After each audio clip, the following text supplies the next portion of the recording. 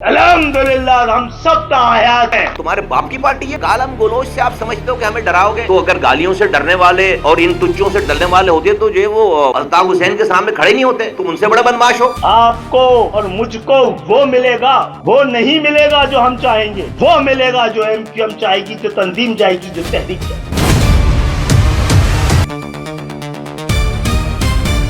MQM जे ख़ालिद मक़बूल सिद्दीकी ऐं मुस्तफ़ा कमाल ग्रुप में इख़्तिलाफ़ हाणे मर्कज़ ते मुबैना कब्ज़े ऐं इजलास जी सदारत करण ताईं अची पहुता आहिनि। बहादुराबाद मर्कज़ ते इजलास दौरान थियल हंगामी जहिड़े हवाई फायरिंग, पुलिस ऐं रेंजर्स जी मुदाख़लत ऐं वफ़ाक़ी वज़ीर मुस्तफ़ा कमाल जे संजीदा इल्ज़ामनि खां पोइ पार्टी अंदरि क़यादत जी छिकताण नएं मरहले में दाख़िल थींदे नज़र अची रही आहे। कराची में गुज़िरियल राति एमक्यूएम पाकिस्तान जे बहादुराबाद मर्कज़ ते थियल अहम इजलास दौरान ख़ालिद मक़बूल सिद्दीकी ऐं मुस्तफ़ा कमाल जा हामी हिक ॿिए सां हथे पइजी विया। पार्टी ज़रियनि मूजिब इजलास दौरान क़यादत, तंज़ीम ऐं अहम मामलनि ते सख़्त इख़्तिलाफ़नि खां पोइ ॿिन्ही धुरियुनि जे हामियुनि विच में झेड़ो थियो, जहिड़े खां पोइ बहादुराबाद मर्कज़ ॿाहिरां मछरियल माण्हुनि हवाई फायरिंग कई, जंहिं बाद रेंजर्स ऐं पुलिस जी वॾी नफ़री पहुची सूरतहाल ते ज़ाब्तो आंदो, अख़्तियारनि हिफ़ाज़ती क़दमनि तौरु मर्कज़ खे सील करे तालो हणी छॾियो। हंगामी सूरतहाल खां पोइ एमक्यूएम क़यादत प्रेस कॉन्फ्रेंस सॾाई, पर बाद में उहा मुलतवी कई वई, जॾहिं त समूरनि अहम अॻवाननि खे अणॼातल हंधि तलब कयो वियो। एमक्यूएम जे सीनियर अॻवान फारूक सत्तार चयो त इजलास दौरान पार्टी जे अक्सर मामलनि ते इख़्तिलाफ़ साम्हूं आया।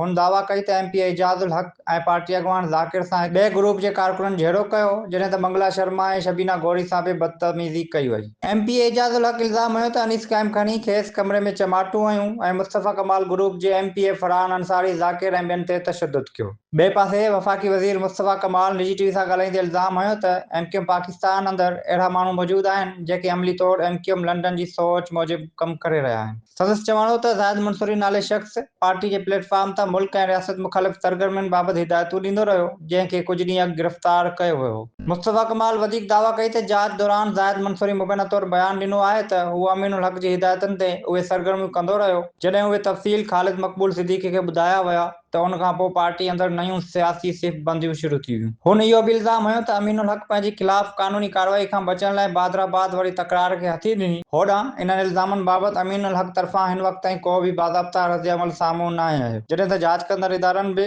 मुस्तफ़ा कमाल जी दावाउनि बाबति सरकारी तौरु का तस्दीक़ या तरदीद जारी न कई। पार्टी जे कन्वीनर ख़ालिद मक़बूल सिद्दीकी बयान में चयो आहे त कारकुननि विच में ग़लतफ़हमी सबबि बहादुराबाद मर्कज़ ते अंदरि वाक़ियो पेश आयो। एमक्यूएम जी क़यादत वाक़िए जो जाइज़ो वरितो आहे। सूरतहाल हाणे बहितर थी रही आहे। अल्हम्दुलिल्लाह हम सब तायात हैं। तुम्हारे बाप की पार्टी है। गालम गलोच से आप समझते हो कि हमें डराओगे? तो अगर गालियों से डरने वाले और इन तुच्चों से डरने वाले होते तो जो वो अल्ताफ हुसैन के सामने खड़े नहीं होते। तुम उनसे बड़ा बदमाश हो। आपको और मुझको वो मिलेगा, वो नहीं मिलेगा जो हम चाहेंगे। वो मिलेगा जो एमक्यूएम चाहेगी, जो तंजीम जाएगी, जो तहरीक जाएगी।